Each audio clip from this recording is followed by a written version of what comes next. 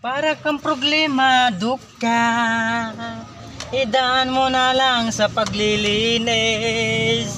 Para naman maging pogi ang kotsin na ito.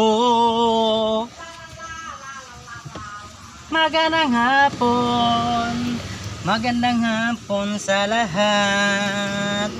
Tayo magmemeryenda na. Tayo wala na sa iba.